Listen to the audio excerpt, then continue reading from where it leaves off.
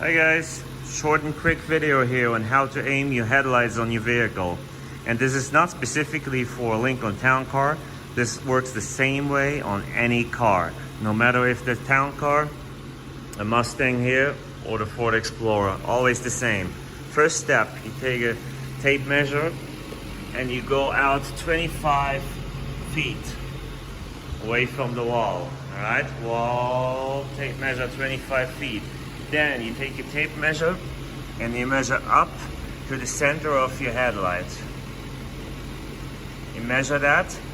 For example, if it's 19 inches, you go to the wall and you put a blue line with blue tape up 19 inches high on both sides. Okay, that's the second step. Then, if your car has headlights that you can adjust sideways, like that way, then you put a bar in the middle, a line in the middle of each headlight, so you know exactly where the lens is. This Town Car here does not have that. You can only adjust them up or down, which is surprising to me. Didn't find the words, but that's how it is. And as you can tell, they are not aimed right because they're new headlights and they weren't aimed right from the factory. To aim them right, they should be slightly underneath the blue tape, you know, slightly underneath the blue tape. That's how they should be to be adjusted right. Right now, this one is a little bit over, but I think it's okay since this is not really even, and the other one is way too low. See, would the garage be a little more even, this one would come lower.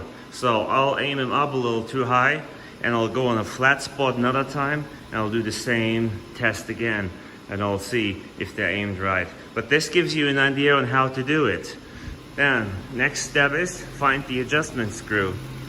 Town Car has a hole here and there's an adjustment screw right in there. So you turn that clockwise or counterclockwise and you watch what it's doing. It either goes up or down. All right, so very easy, simple little exercise here for you guys. Take your car and check if your headlights are aimed right.